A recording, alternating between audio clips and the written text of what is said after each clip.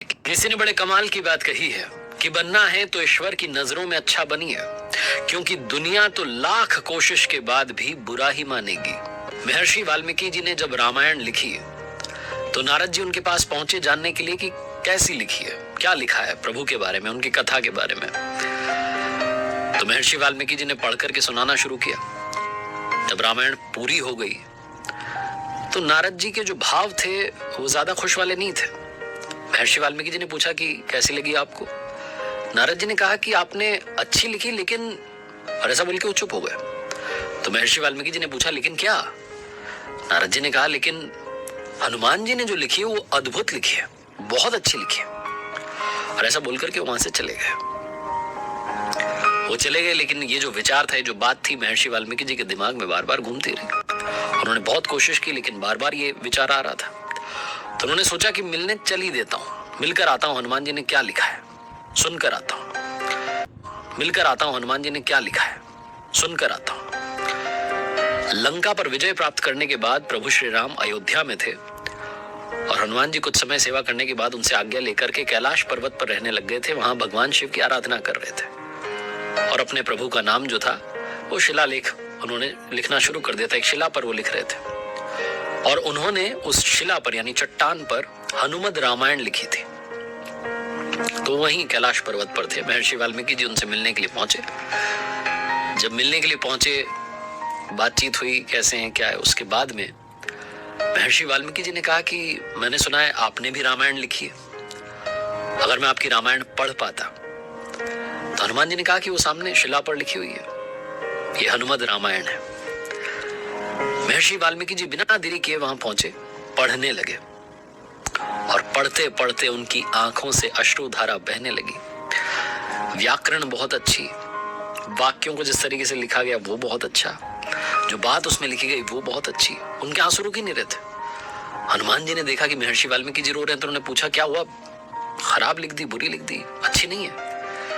महर्षि वाल्मीकि जी ने कहा कि अद्भुत लिख दी, अति सुंदर लिख दी। मेरे रोने का कारण यह है कि जो मैंने लिखी है अब दुनिया उसे क्यों पढ़ेगी, आपने तो अद्भुत लिख दी है। और ऐसा बोलकर के फिर रोने लगे। हनुमान जी ने कहा बस इतनी सी बात, आप चिंता क्यों करते हैं। महर्षि वाल्मीकि जी को अपने कंधे पर बैठाया, दूसरे कंधे पर वो शिला रखी, वो चट्टान रखी जिस पर हनुमद रामायण लिखी थी। उड़कर के समुद्र किनारे पहुंच गए। महर्षि वाल्मीकि जी के सामने समुद्र में उस शिला को बहा दिया, उस चट्टान को बहा दिया। महर्षि वाल्मीकि जी ने कहा कि ये क्या कर दिया, आपने जो लिखा था वो सब अब समुद्र में चला गया। हनुमान जी ने कहा कि आपके लिए रामायण बहुत आवश्यक है जो आपने लिखी है, क्योंकि उससे आपको दुनिया जानेगी कि महर्षि वाल्मीकि थे। मेरे लिए प्रभु का नाम बहुत आवश्यक है। आप रामायण की चिंता कीजिए, मैं प्रभु की चिंता करता हूं। उस समय महर्षि वाल्मीकि जी को समझ में आया कि राम से बड़ा राम का नाम। हनुमान जी ने कहा हर पल हर क्षण में उनका नाम सुमिरन करता हूं, बस कुछ नहीं चाहिए और। मेरे लिए प्रभु श्री राम आवश्यक है, उन्हें मैं याद रखूं, इसलिए तो रामायण लिख रहा था। आप रामायण लिख रहे थे कि विश्व आपको याद रखे। महर्षि वाल्मीकि जी को बहुत बड़ी बात समझ में आई। ये कथा जो, ये जो कहानी है, ये आपकी हमारी जिंदगी में भी, हमारे जीवन में भी अप्लाई होती है।